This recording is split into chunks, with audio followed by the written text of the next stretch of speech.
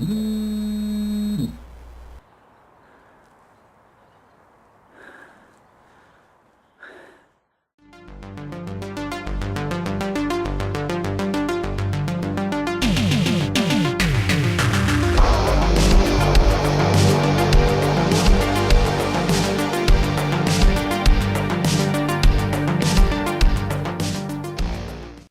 are talking about The House on Mansfield Street. This one is directed by Richard Mansfield, also who wrote this. Now this can best be described as a very British paranormal activity. It focuses on this gentleman who has moved to Nottingham from London, and he's renting this particular house, and almost immediately he starts hearing noises. Sounds like someone's walking around upstairs. It's a kind of found footage style movie, and you know, there's a variety of strange phenomena that are sort of taking place. We're introduced to his kind of apparent female neighbour, who has you know, who seems to be some type of spiritualist.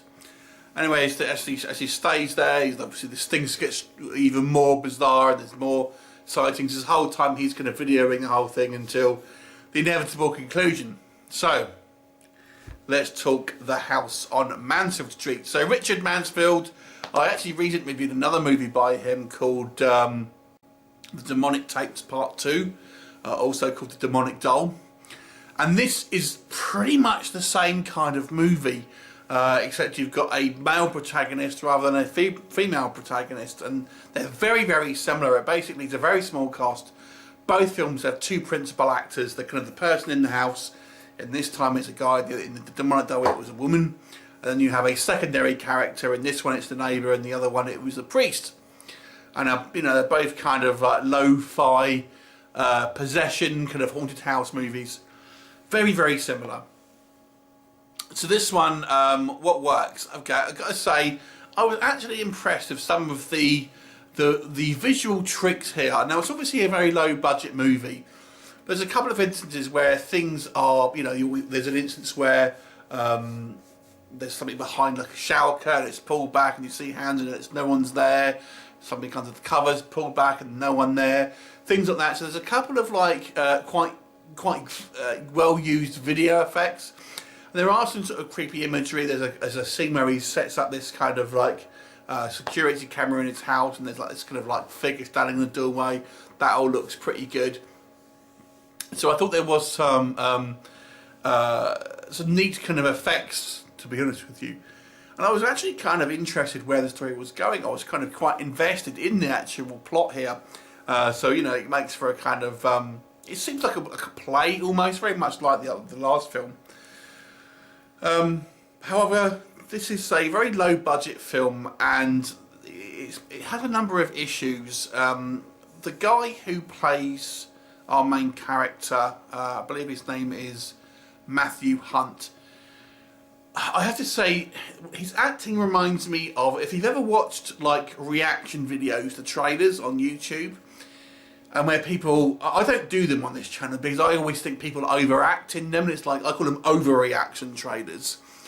And this is like that. His kind of, his acting is somewhat overacting. And it just seems to be like, everything is a little bit too exaggerated in respect to his acting. The script I'll come on to is actually the opposite problem.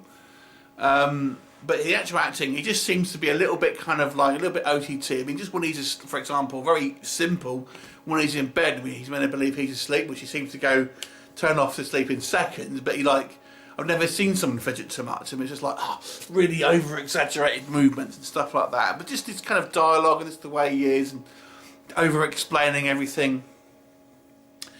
However, the opposite problem is true of the script, because there's a scene, the whole time this character is filming something, and it's all good until he gets to a point where he films, there's a scene where he films in his bedroom, and we see a figure standing over him, and it's very obviously a figure with, it's got like a hoodie on with like an ornamental mask,